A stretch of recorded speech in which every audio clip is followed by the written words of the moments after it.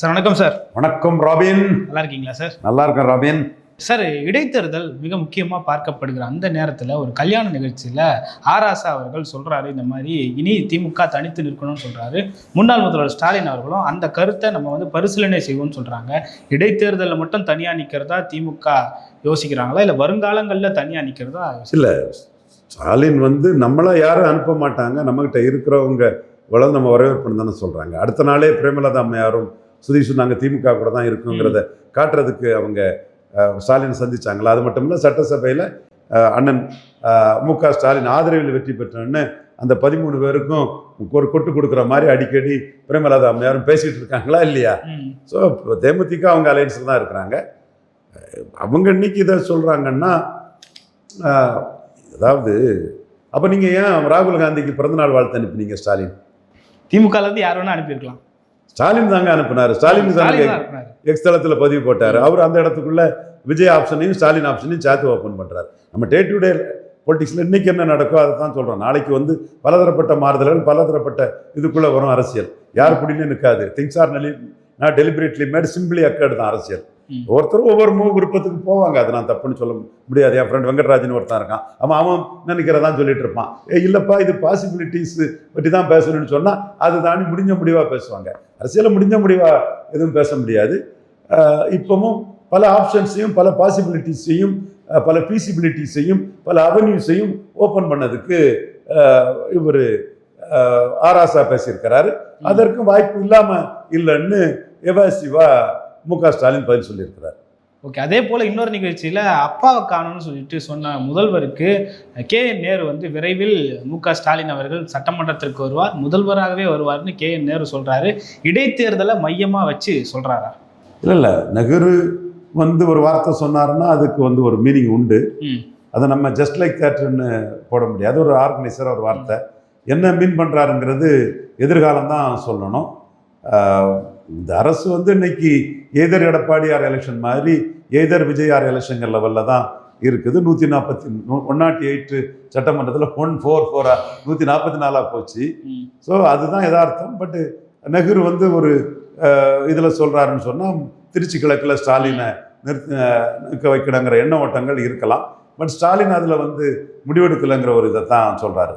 என்னோட பார்வையும் திருச்சி கிழக்கு மட்டும் உடனே இந்த ஒரு 60 நாள் ஆயிடுது இல்லை, இப்போ உடனே அந்த எலெக்ஷன் துணை தேர்தலாட்டு வந்ததுன்னா அந்த இது 67 காமராஜ் தோத்து காங்கிரஸ் தோத்ததும் திருமங்கலம் எலெக்ஷன் தெரியுமா? திருமங்கலம் எலெக்ஷன் ரிசல்ட் தெரியுமா யாருக்காவது? தெரியாது. சும்மா அந்த திராவிட இயக்கம் அது இதுன்னு பேசக்கூடியவங்க அதெல்லாம் மறைச்சிருவாங்க. நம்ம நியாயமாக பேசக்கூடியவங்க ஒத்துக்குவாங்க. திருமங்கலம் இடைத்தேர்தலில் காங்கிரஸ் ஜெயித்து. அதே மாதிரி டக்குன்னு உடனே எலெக்ஷன் வந்துன்னா திமுக ஜெயித்திருக்கும், ஸ்டாலின் ஜெயித்திருப்பார். இப்போ ஆரோட சேர்ந்து வரும்போது இஷ்யூஸ் வேறு மாதிரி வரும்.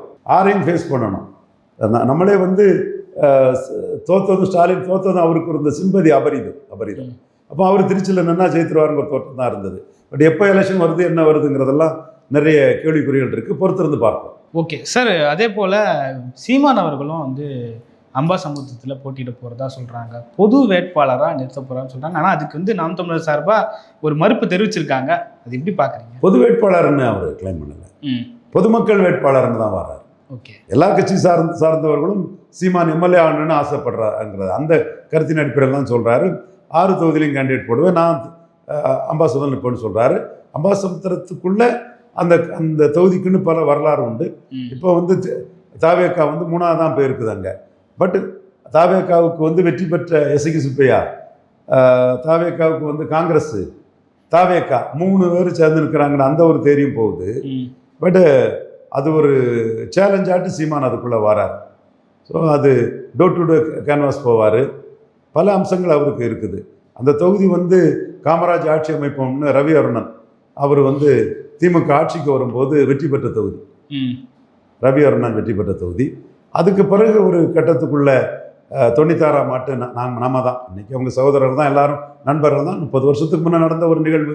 அன்னைக்கு ஒரு ஜாதி ஆட்சி, கள்ளச்சாராய ஆட்சி, கந்துவட்டிக்காரன் ஆட்சின்னு ஜெயலலிதா அரசுக்கு எதிராக நாம் பெரிய போர் நடத்தி அதில் சரத்குமார் 45 நாள் பிரச்சாரம் பண்ணி அண்ணன் ரஜினிகாந்த் வாய்ஸ் போட்டு மூப்பனார் திமுக கூட்டணி பெரிய வெற்றியை பெற்ற பிறகு ஜெயலலிதா அம்மையார் வந்து அந்த தொகுதி நாடார விட்டால் தான் ஜெயிக்கணும். சக்திவேல் முருகன் ஒரு கபடி பிளேயரை விட்டாங்க. அதுக்கு பிறகு எர்ணாவூர் நாராயணன் நாம தான் கேண்டிடேட்டாக போட்டிருந்தோம். அது கூட அந்த ஒரு கலவரம் இதெல்லாம் நமக்கு ஓட்டு வேண்டாம், இன்னும் இயல்பான ஓட்டு கிடைக்குன்னு கருநாராஜன் தெளிவாக இருந்தார் அந்த இடத்துக்குள்ள. அவர் நல்ல ஓட்டு எடுத்த ஒரு தொகுதி.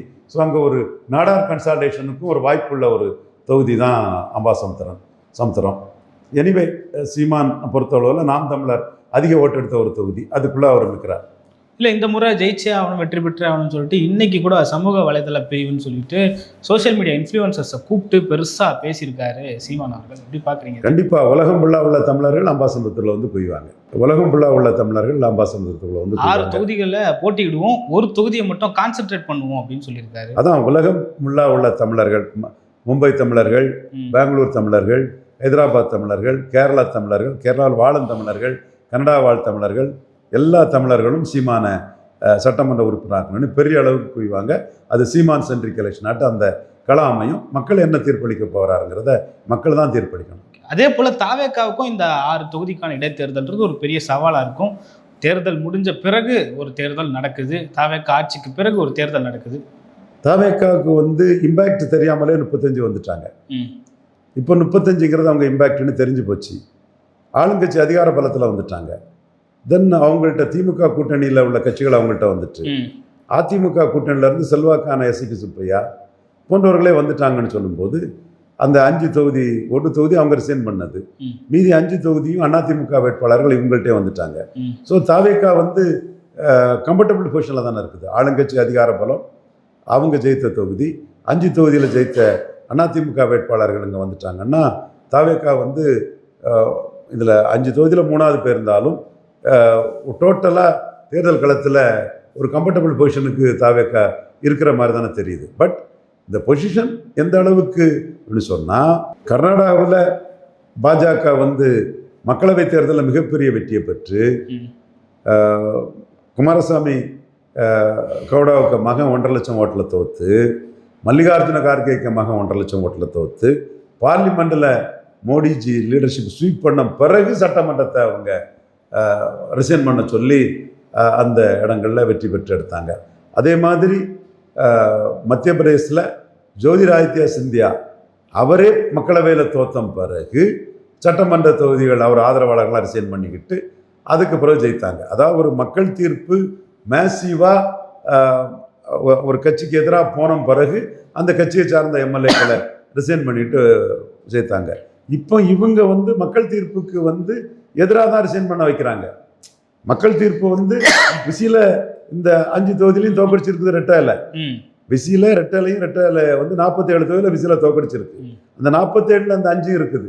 அப்போ விஜய்க்கு இம்பேக்ட், நீங்கள் 5 நிமிஷம் பேசி ஸ்டாலினை தோக்கடிக்கும் போது கூட தோத்த தொகுதி இந்த 5, அதுலேருந்து எந்த மாற்றமும் வரல. அப்போ அந்த இடத்துல நீங்கள் ரிஸ்க் எடுக்கிறீங்கன்னா அரசியல் செல்வாக்கு மாற்றத்தை வச்சு ரிஸ்க் எடுக்கல, அதிகார பலத்தில் வந்துட்டோம், நமக்கு கூட்டணி பலம் கூட்டிட்டு இவங்களே நம்மகிட்ட வந்துட்டாங்கன்னு இந்த 3 புள்ளிக்குள்ள தான் நீங்க அந்த இதை எடுக்கிறீங்க. இந்த 3 புள்ளி உங்களுக்கு அட்வான்டேஜஸ் புள்ளி தான். ஆனா பாஜகவுக்கு கிடைச்ச மாதிரி மக்கள் தீர்ப்பு உங்களுக்கு கிடைக்கல. மக்கள் தீர்ப்புங்கிறது இந்த 5 தொகுதி ரெட்டலாங்கிறது தான். இந்த ஒரு தொகுதி தான் விசில். அந்த ரெட்டலைங்கிற அந்த மக்கள் தீர்ப்பை மாறி ஒரு தீர்ப்பு வரல. அதை நீங்க இந்த 5 பேரையும் எடுத்து ஆளுங்கட்சி அதிகார பலத்துல திமுக கூட்டணி கட்சிகளை உங்க பக்கம் கொண்டு வந்து சாதிச்சுக்கலாம்னு நினைக்கிறீங்க. ஓகே, இப்போ 5 தொகுதியும் வந்து ரெட்டலை தொகுதின்னு சொல்றீங்க. அதிமுக இடைத்தேர்தலில் என்ன செய்ய போகுது, அதிமுகவுடைய எதிர்காலம் எப்படி இருக்க போகுது? அமைச்சர் ஏற்கனவே முன்னாள் அமைச்சராக இருந்த எஸ்பி வேலுமணிக்கு மீண்டும் துணை பொதுச்செயலாளர் பொறுப்பு வழங்கியிருக்காங்க. அது நான் பேசுனது மாதிரி மறப்போம் மன்னிப்போம், நீரெடுத்து நீர் வெல்வதில்லை, ஒரு தாய் மக்கள் எதையும் தாங்கும் இதையும் அண்ணா பேர சொல்றீங்க ஏன் நான் பேசுனேன், நம்ம ஜாலியாக தான் பேசுனது. அப்போ நீங்கள் குறிப்பாக சொன்னேன், பெருந்துறையிலையும் தாராபுரத்திலையும் ஃபேஸ் பண்ணணும்னா வேலுமணிக்கு சப்போர்ட் வேணும் மற்றும் தங்கமணிக்கு சப்போர்ட் வேணுங்கிறத நான் தெளிவாக சொன்னேன்.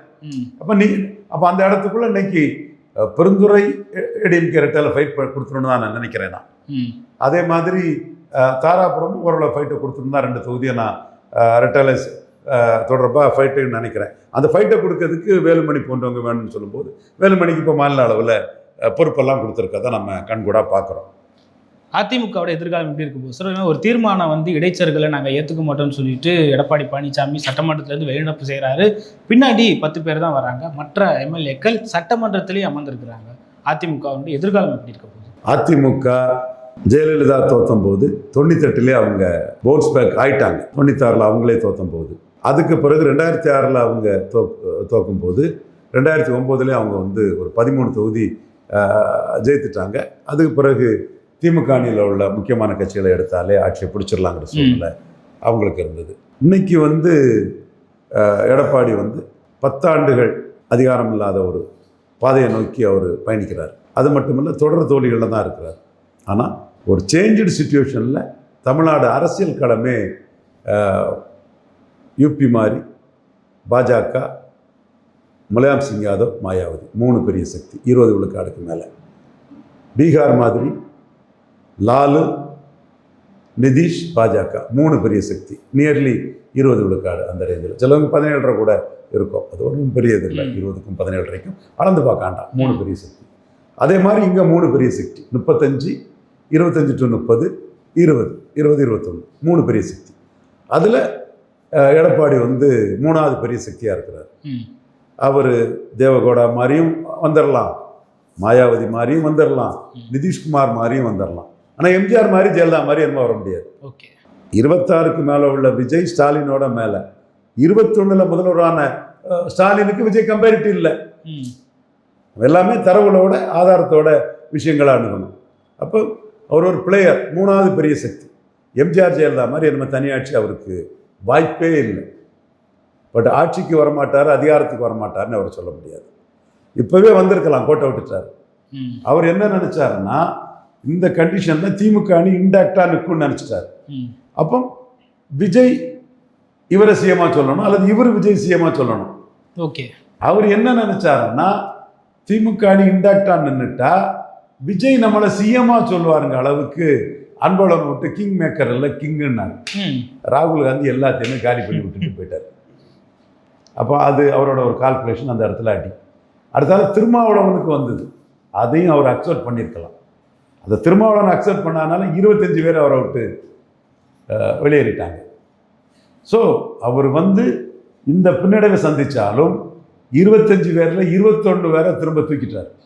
சிஎம் 25 வரை பார்த்தும் 21 வரை தூக்கிட்டார். இப்போ சரி 2 கொஞ்சம் கிட்ட நெருங்கிட்டோம் 2 பேர். அதுக்கு பிறகு இவர் விராலிமலை விஜயபாஸ்கர்லாம் போகிறார். என்றாலும் சிஎம் பார்த்த பிறகும் அதில் பெரும்பான்மையோட திரும்ப தூக்கிட்டார். அது எடப்பாடிக்கு ஒரு ப்ளஸ் தான், அது நம்ம மறுக்க முடியாது. அடுத்து காவேரி இந்த மேகதாது பிரச்சனை என்ன பண்ணுறாருன்னா, உதயநிதி ஸ்டாலினும் விஜயும் உள்கைங்கிறார், ஒன்று தாங்கிறார். காங்கிரஸ் கூட்டணிக்காகவும் கர்நாடகாவுக்காகவும் ஆதரவாக இருக்கிறாங்க. நான் ஒருத்தன் தான் இது தப்புன்னு தமிழனுக்காக இருக்கிறாங்க. அப்படி ஒரு விஷயம் எடுக்கிறார். எனக்கு 100% தெரியும், உதயநிதியும் விஜயும் ஒன்றும் இல்லை, வெவ்வேறு தான். பட் இந்த இஷ்யூவை வச்சு தான் ஒரு பெரிய பிளேயர்னு காட்டுறதுக்கு இருக்கிறாரு. ஆக்சுவல் பொசிஷன் என்னன்னா, இங்கே வந்து விஜய் 1, ஸ்டாலின் 2, எடப்பாடி 3. இதுதான் யதார்த்த நிலைமை. அங்கே இதாகிட்டு இவருக்கும் அவருக்கும் இதெல்லாம் சும்மா இட்டு கட்டி பொய்யா உண்மையை மறைச்சிட்டு முழு பூசணிக்காயை சோத்துல மறைச்சிட்டு பலரும் பேசுகிறாங்க. ஓகே, பல்வேறு கருத்துக்களை பகிர்ந்து கொண்டீங்க. மற்றும் ஒரு கால் சந்திப்போம். நன்றி சார்.